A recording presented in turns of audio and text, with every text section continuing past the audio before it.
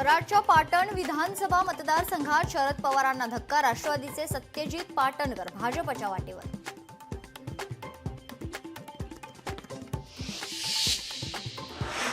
पंकजा मुंडेंनी घेतली कसपटे कुटुंबियांची भेट. कसपटे कुटुंबियांचं सांत्वन करण्यासाठी घेतली भेट.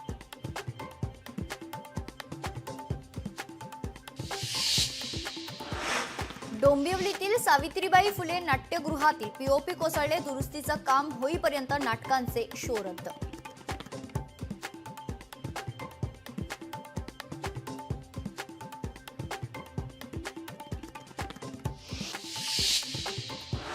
भिवंडी ठाणे रस्त्यावर प्रचंड वाहतूक कोंडी. 4 ते 5 किलोमीटर वाहनांच्या रांगा. वाहतूक कोंडीमुळे नागरिक त्रस्त.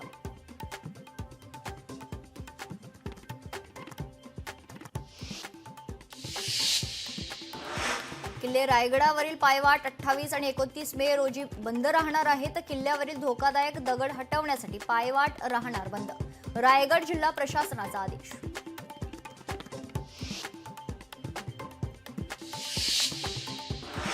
चिपळूणमध्ये चोरट्यांनी 2 फ्लॅट फोडले.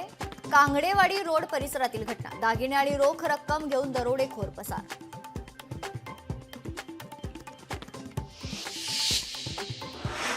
मुंबईत रिक्षा टॅक्सीचे सुमारे 70% रिकॅलिब्रेशन पूर्ण. उर्वरित 30% रिक्षा आणि टॅक्सी चालकांना रिकॅलिब्रेशन करण्यासाठी 31 मे पर्यंत अंतिम मुदत. या रिक्षा चालकांवर होणार 1 जून पासून दंडात्मक कारवाई.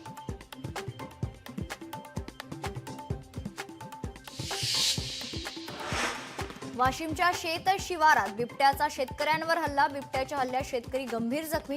घटनेमुळे नागरिकांमध्ये भीतीचं वातावरण.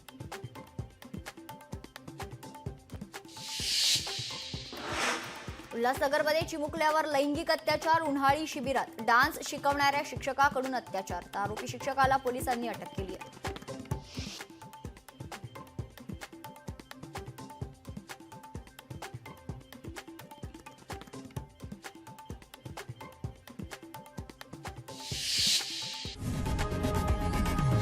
लोकशाही मराठी ऐका, पहा, जागरूक रहा.